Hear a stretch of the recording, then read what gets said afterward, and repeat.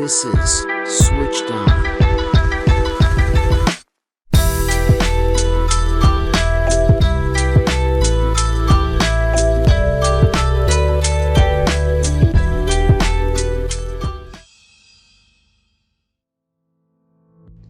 Hello and welcome back to the Switched On podcast.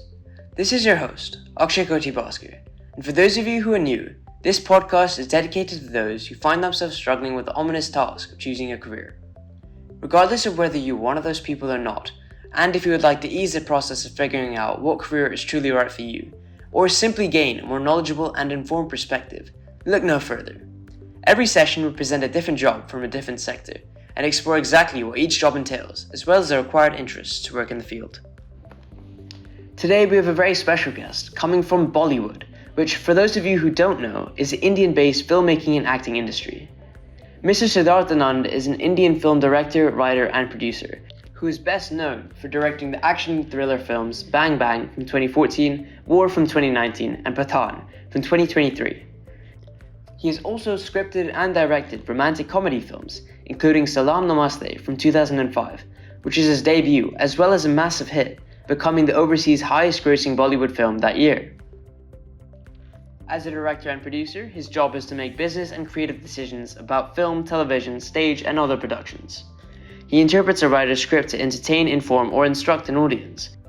And after working as an assistant director, Mr. Anand began his career in films as an associate director and fellow screenwriter for Hum Tum from 2004, which is a romantic drama that won a National Film Award. Most recently, he released the movie Pathaan, which has broken several national records, proving his rather proficient talent at creating incredible productions. Welcome, Mr. Anand, and thank you very much for being here today on this podcast. It's a great pleasure to have you here. Thank you for having me. Firstly, Mr. Anand, I think the listeners are probably most curious as to why you do what you do. How did you initially become interested in this field or profession? I'm actually a third generation industry fellow. Okay. My three generations have been in films. And it seemed like a natural progression for me to choose this field. Although I did try my hand at a couple of other things, like trying to become a chartered accountant and company secretary. Yeah. I did give my SAT and TOEFLs, and I did get admission in a university in Texas. Right. But I think fate had different plans for me. And like you just said, like many of your viewers, you were reportedly very unsure of what you wanted to do when you grew up. Mm-hmm. How did you know you were sure about your career, and how exactly did you manage to decide in the end? So I think I didn't choose this career, the career chose me. Sure. I didn't pursue it, I didn't chase it, and it's something that I took up as a hobby, and somehow it drew me in and I found my calling. And it just became very organic for me. I think it's part of my DNA. Would you say that the fact that you were more interested in it as a hobby rather than a job made it more appealing to you, or? Yeah, I think initially it was for recreation that I joined, working on a film. Right. And I think I just enjoyed it so much. I worked very, very hard. I think my first job on a film was almost like a laborer. Sleeping, the last one to sleep, the first one to wake up and do physical stuff like picking up tracks and trolleys and putting up lights. Apart from making notes on continuity and doing background management and costume continuity, I did everything. I think that my first film was like a university for me. Yeah. And in spite of the fact that it was torturous and extremely hard, the fact that I enjoyed it, I think somehow made me believe it's my calling. You certainly come a long way since then. I think I'm just blessed. Nice. Moving on to more about your personal life. Can you tell us a bit about yourself, such as your interests, skills, and what do you like to do outside of work? I don't think I have a life outside my work. It's my work and my family, and my wife works with me, so it's great. My son is always bothering me with questions and is very curious about what I do, and hates the fact that I don't share things with him. So even when I come home, it's still work, but I enjoy it. My family enjoys it, so it is more important to me that they also enjoy my job. which makes it even more fun for me. I think that makes you a very lucky man. I'm blessed, like touch wood. Yeah. Could you provide a brief overview of the role you play within the organization? And what are the main responsibilities and tasks you handle on a daily basis? I think mainly I'm the creative head in terms of signing off on subjects and looking into the scripts and stuff like that. And thereon I pass on the mantle to my wife, who looks into the production aspect of it, the deals and stuff like that, and making of the film, the production of it. So I don't have to, I'm lucky I don't have to look into the dirty work. Nice. Could you share any specific projects or assignments you've worked on recently that highlight the nature of your job? The fact that I'm producing my first film, Fighter. Right. It's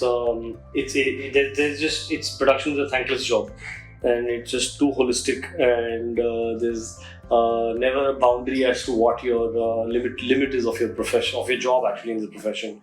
You have to do everything.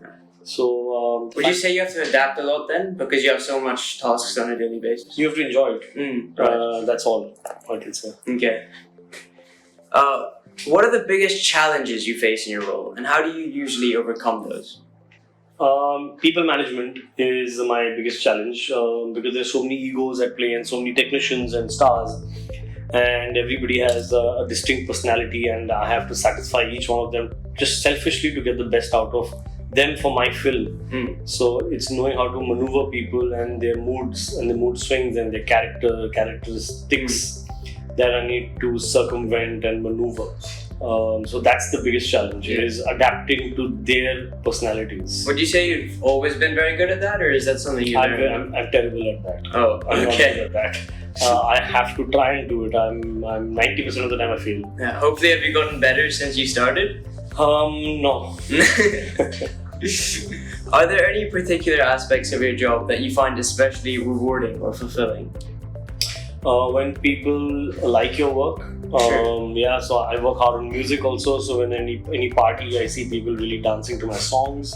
Is that a common thing that you find? Yeah, it is, and I feel vindicated for all the hard work that I put into my music, and the people enjoying it. So I work for them. I work for these people. I do it for the people in parties to really dance and enjoy my songs. Nice. You have many accolades, such as winning the Z Cinema Award for Best Action Film in 2020 for the thrilling film War. How would you say these accomplishments have furthered your career? And exactly how vital are these types of awards towards succeeding? They're not important at all. Really? I think they're just for personal vanity. Okay. Otherwise, they're not important. What's most important is the audience loving your film and coming and watching your film, and the personal word of mouth that they spread about your film and come and tell others that they love the film. That's more important than any award. Would you not say that the award brings some sort of attention though towards the film? No. No? I disagree. Well, I guess not many people are watching the awards then. I mean, they're watching it. What shows are now like watching concerts and performances more than actually the award. There's not much credibility left in that. Fair. Could you describe any common misconceptions or myths about your job or industry that students may have, and perhaps debunk it? I think people think that we have a lot of fun making films, and they think that it's a party to come on a film set. So I have a lot of requests from friends and family that can we come to your shoot, and I'm like, do I tell you, can I come to your office and hang with you when you're working? So my shoots are at my office. And I'm working, and it's not fun, it's a lot of hard work, and I think anybody who comes and sees it in 10 minutes realizes how tough it is, our job. So I want to just clear the misconception that shooting is a lot of fun. It's a bit of a warning then, Yeah, please don't ask me to come to my sets. You're exceptionally well connected, with many world famous actors and directors very close with you, with several even being on a first name basis. What would you say to aspiring students about what sort of connections to make, as well as some advice on how to make them? It depends on what you are here in the industry for. I'm not here to make friends. I'm not here to know them on a first name basis. So that's not my aspiration or my inspiration to make movies. I want to make films, and that's just a byproduct of who I am. Right. That's not my joy. That's not my personal. Would you say it's helpful though in any way? Not really. So if it'll automatically happen if you're successful. If you're not successful, nobody's going to know your name even if they know your name. Got it. You know what I mean? For students wishing to apply for a job in your industry, what would you recommend as the degree they should aspire to attain? And what would you like to say to students who are considering a career path similar to yours? Is there any advice you would give? So I think I'm not in a specialized job. If you want to do a specialized job like learning editing or doing music, you need to obviously enroll yourself in that school and that course. Filmmaking, directing is a very holistic process, so you need to get down to working on a film and learning it, get down and dirty and be on the set and see how it functions. I don't think any film school can teach you how to direct a film. Sure. Speaking of exactly how to direct a film, do you have any personal beliefs as to what skills or qualifications are necessary to succeed in your position? Filmmaking is like art. I can't learn how to paint. Right. I can't learn how to make music. It has to come from within, and it needs to be intrinsic to your nature. That particular form of art, filmmaking is that. You can't learn it. So I probably had it in me, so I am a filmmaker today. You can't decide I want to be a filmmaker. You can decide tomorrow I want to be a lawyer or a doctor. That's a profession that you can actually get a degree. Sure. Filmmaking, there's no degree for that. Yeah, I guess it involves a great degree of talent.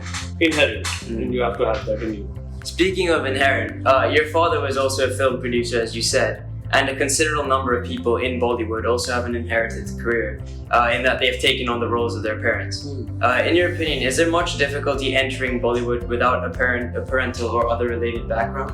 It is difficult to enter. Yes, definitely to get recognition or even to get a meeting. That's very unfortunate. But a lot of people have made it from the outside, and I also probably didn't get my first break in my father's company or in my uncle's company. Right. It was in a complete stranger's company, that's Yash Raj Films. I joined the company as an assistant, as a normal worker, and rose up the ranks as anybody else would. So I would not give any credit to my lineage for my break. So yeah, it just helps you to allow you to meet people easily if you're connected. Right. But eventually, it's your talent and your skill. In addition to that, do you therefore recommend your field of work? And in the future, do you think it is a market that will grow or decline? It's going to grow and exponentially because people want entertainment. Right. And thanks to COVID, people are also wary of doing other things in crowded places. So yeah, you will watch movies at home, or you might just go to a theatre sometime. So it's something that you will do for recreation. Sure. Would you recommend it though? I would still say that because this industry works 99% on luck and 1% on talent. So I would say that try and get a degree in something as a fallback option, so that God forbid if this career doesn't take off, you have something to go back to and feed your family. So it is somewhat of a risk. 99%. Yes. That's not very good odds. If you were to start your career over again, is there anything that you would change? And would you stay in the same sector? Nothing that I would change. I've been very blessed and lucky. That's true, yeah. All I would change is that I pray more. Where do you see yourself in 10 years' time as a producer? As a producer? Yeah, and director, I guess. I think hopefully still making films, still making the kind of films I want to make. Sure. And people still giving it as much love as they're giving it right now. Nice. Do you have any major plans for the future, as in with movies and things? Just continue making films, and hopefully my son will join me in helping me make better films and with better ideas. That's very cool. Lastly, do you think you could share any resources or organizations that students can explore to learn more about your industry? In a sense? As in, is there any way to find out more about the job itself, other than watching movies and seeing interviews? No, I think you just need to read up on it online. Sure, yeah. There's not much insight in it. Yeah. Yeah. Google is a great source of information. Well, thank you very much, Mr. Anand. It was a pleasure talking to you. Thank you, Akshay. Well, that's all we have for today's podcast, ladies and gentlemen. A big thank you once again to our guest today for agreeing to be a part of this podcast. And until next time, this is the Switched On Podcast.